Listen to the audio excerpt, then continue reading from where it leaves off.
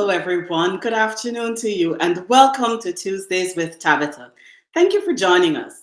Tuesdays with Tabitha is a weekly live stream where we go live inside of my Facebook group and also on my YouTube channel, and you can watch replays on my YouTube channel.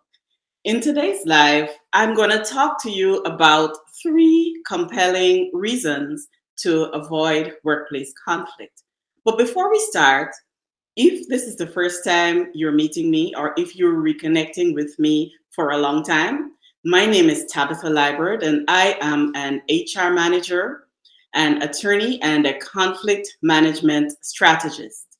And I teach professionals to manage conflict in their relationships, workflows, and systems with ease so that they can bridge the gap between issues and outcomes to create a peaceful workplace. If you're joining live today or if you're watching the replay, I would love for you to share with me where you're joining from in the comments. And also, if you know someone who is going to be blessed by this message today, three compelling reasons to avoid workplace conflicts, I'd love for you to share this video with them so that they can also get the tips that we are sharing today. So we're going to start, and I'll encourage you to grab a piece of pen and your notebook as we talk today about this topic. So why are we talking about compelling reasons to avoid workplace conflicts? Well, today I'm talking about avoiding workplace conflicts and when doing that would be most beneficial to you as a leader. And I'm going to share a few examples of the benefits of avoiding conflict and how leaders like you can avoid conflict effectively. Now, whether you are someone who likes to jump in immediately to resolve things, or if you instinctively avoid confrontation at work, this video is for you. Today, I'm going to help you understand the causes of conflict. And then we're going to talk a little bit about the times when doing this is most beneficial for you as a leader. So we're going to understand confrontation at work. We're going to understand what causes confrontation at work. And we're also going to talk about when avoiding that confrontation is beneficial for you as a leader. So, what kind of person are you when it comes to conflict? Well, maybe you don't like arguing in the workplace. Maybe you're someone who asks yourself, how can conflict be avoided? Because you don't like engaging in conflict. Or maybe you're one of those straightforward people who like to tell it like it is, like to be completely transparent with people on your team, and at the same time, you're worried about how to navigate conflict well. Or you can be someone who might be afraid to let your emotions get the best of you when there is trouble on the horizon.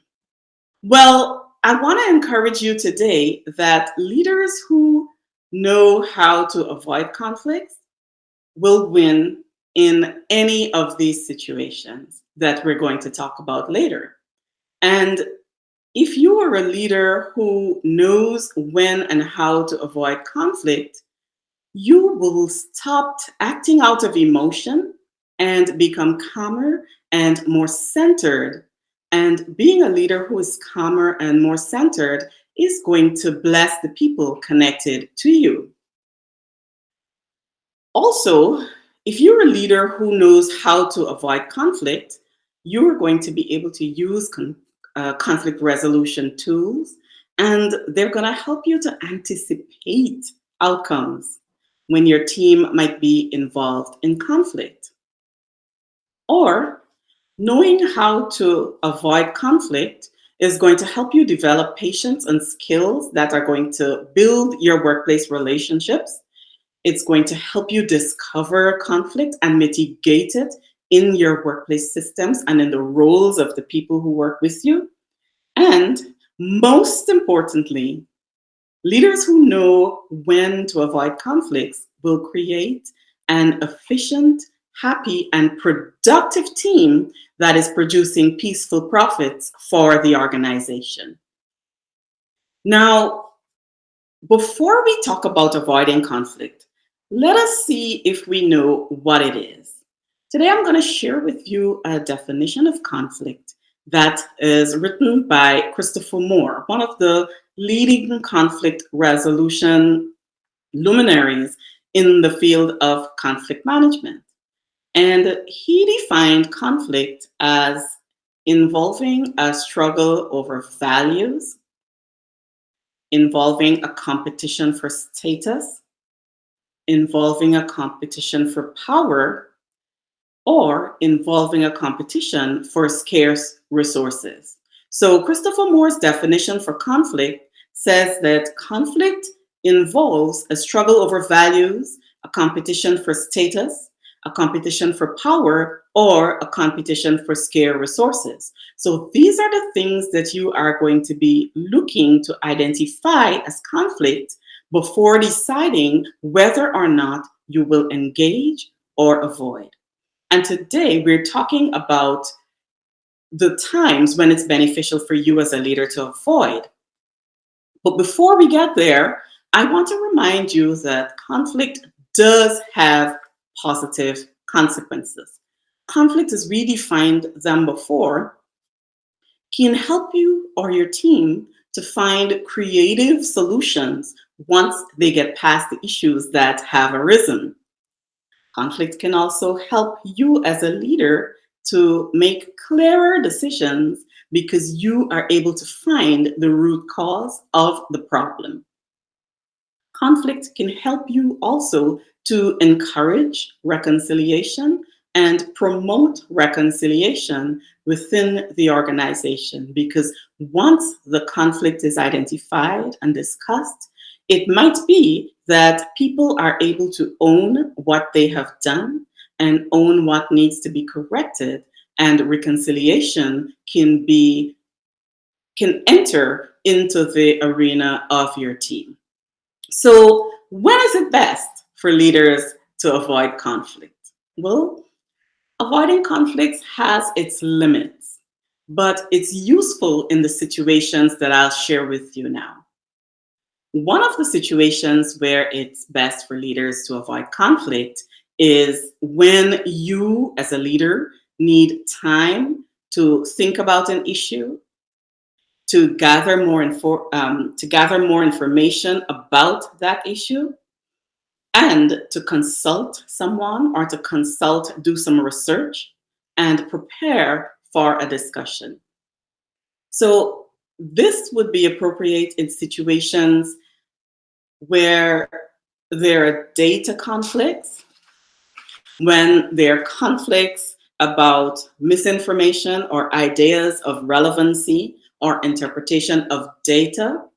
And if there is a data conflict, you as a leader might want to avoid that conflict by taking time to think about the issue, to gather some more information on what's happening, and then to consult, whether it's experts or your own research, and prepare for a discussion. Another scenario where it's best for you as a leader to avoid conflict is when there is a disagreement, but that disagreement is minor and it is with someone who you don't have a long term relationship with. Now, this strategy is very useful when there are values conflicts, for example, where there are values about habits of the mind or heart, or values about world beliefs and principles. Or this might also be appropriate when there's a relationship conflict and you don't necessarily have a long term relationship with the person who is involved. And so it might be best to avoid that conflict where the disagreement is minor and where you don't have a long term relationship with that person. And the third time that it's best for a leader like you to avoid conflict is where key people involved in the situation are stressed and anxious. Now, remember, anxiety and stress will rob you or rob someone else of our ability to regulate our emotions. And when emotions are unregulated, they affect our decisions. And so it's often wise to delay engaging in conflict until you or your key employee, whether that person is your boss or a team member who is crucial to the organization and the project that you are working on, can be at their best. So, when a key person involved in the project is stressed or anxious, especially when that person is a decision maker, it is best to avoid conflict. So, today we talked about the three times when it is important for leaders like you to avoid conflict. The first was when you need more time to think about the issue, gather more information, or consult and prepare for a decision. The second time is where there is a minor disagreement with someone who you don't have a long term relationship with. And the third was where key people involved in the project are stressed and anxious. And in any of these situations, it is useful for you to avoid conflict. Well, thanks for joining us live. And if you've enjoyed this live stream or if it is beneficial to you, I'd like to ask you to subscribe to my YouTube channel. You can search Tabitha Liburd on YouTube, click the subscribe button, and click the notifications for when we go live again with Tuesdays with Tabitha. And if there's anything that you'd like help with, I'd love for you to reach out to me. You can send me a direct message, and I'll be happy to connect with you to help you on any project you might have that might involve some conflict that you want to avoid. So, thank you very much for listening and have a great rest of the day. Bye now.